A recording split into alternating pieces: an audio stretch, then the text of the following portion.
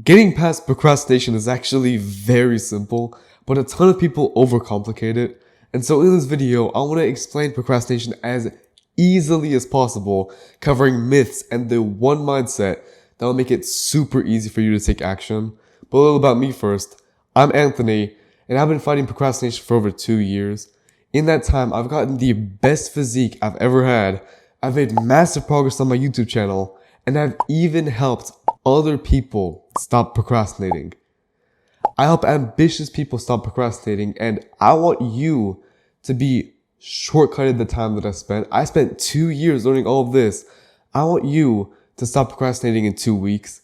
And in fact, if you apply everything in this video, it'll be in even less time. And so to really stop procrastinating, you have to first get to the bottom, the root cause of it. While it may be simple, it's a layered problem. And the 3 biggest myths that I hear about it is that it starts because you're lazy, you lack motivation, and you lack discipline. None of these are true. In fact, I'll cover them one by one. First of all, you're not lazy. By the simple fact that you have a goal and you want to get better, that means that you can't be lazy. You are ambitious, and so you can't be lazy. You can't be ambitious and lazy at the same time. It's either one or the other. You can't be lazy if you want to stop procrastinating. If you were lazy, you would be fine with sitting on your couch all day and doing nothing. And you don't lack motivation either because you already do a bunch of things without motivation. For example, brushing your teeth. I hope you brushed your teeth today, but you probably didn't feel motivated to brush your teeth, right? You didn't have to force yourself either by using discipline. You are able to do things without feeling like it, but also without forcing yourself. And the same thing is true with procrastination. You don't need to feel like you want to do something. At the same time, you don't need to force yourself to do anything. There's a middle ground here that when you unlock, it's super easy to stop procrastinating because it's everything you need. You don't need motivation, but you also don't need discipline. The real cause of procrastination is emotions. Your emotions are what cause procrastination to peep up. Except that you don't need to listen to your emotions. You don't need to act on them. The same thing as you can be sad and miserable, but you don't have to cry. You choose to cry if you want to. And the same thing with procrastination. You can feel like you're stressed out. You can feel afraid. You can feel bored. You can feel like you're tired. But you choose to procrastinate. It's not you're not a victim. People have this victim mindset where they think that they feel something, and so that means that they have to do something about it. You can be angry and you can just be quiet. You can be patient, right? That's why patience is a virtue. It's not acting the moment you feel something. You can feel tired. You can feel all of the negative emotions around procrastination, and yet you are the one who chooses to procrastinate. It's accountability. Accountability is owning your decisions. Accountability partners and social media posts, they work for accountability, but nobody else can be accountable for you.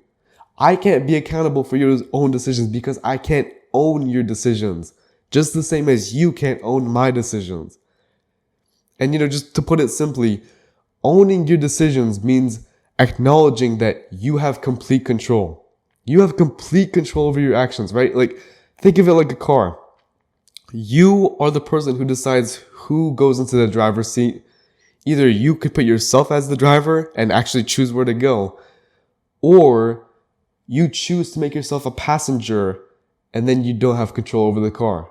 You put procrastination or some other emotion in the driver's seat, and yeah, you can try to tell it where to go, but that doesn't mean it has to listen to you.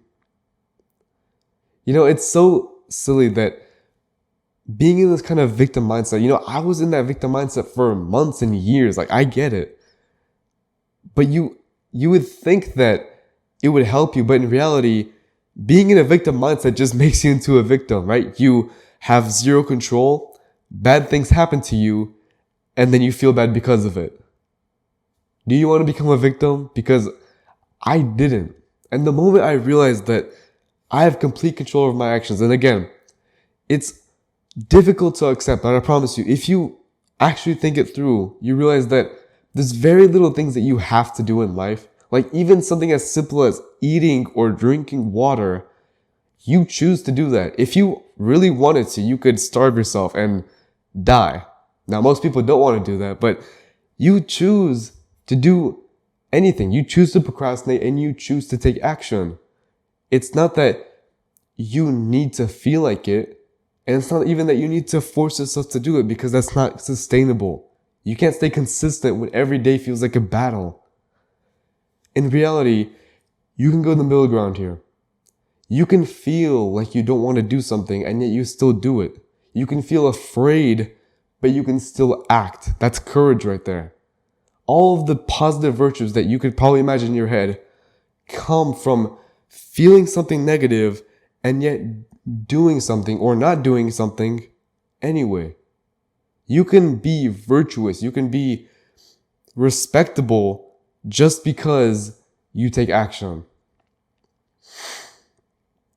You know, it's very funny. I wish I knew this earlier, because understanding that your decisions are owned by you and you choose them gives you the power to take action. It goes from you being a victim and hoping that you want to do something to then you choose when to do something.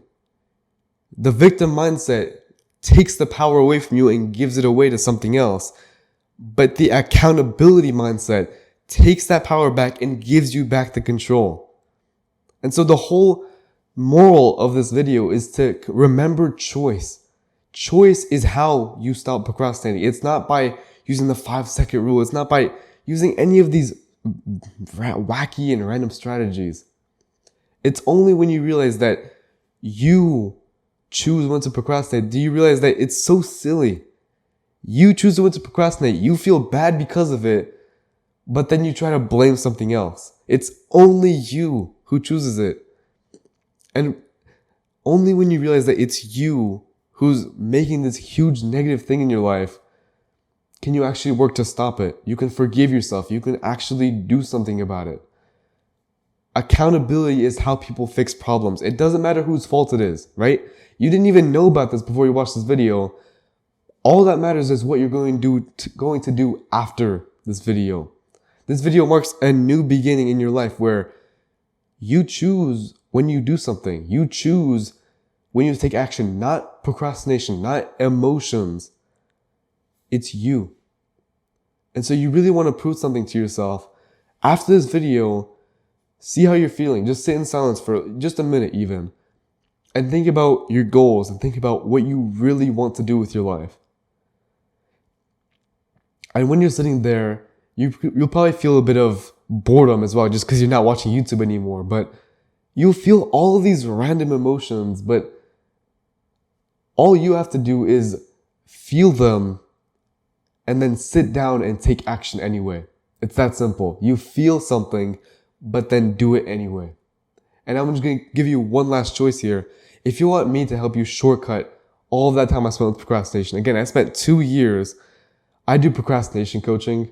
All of those testimonials I showed you earlier are from my coaching program. And if you want to get your free consultation, you can click the link in the description now.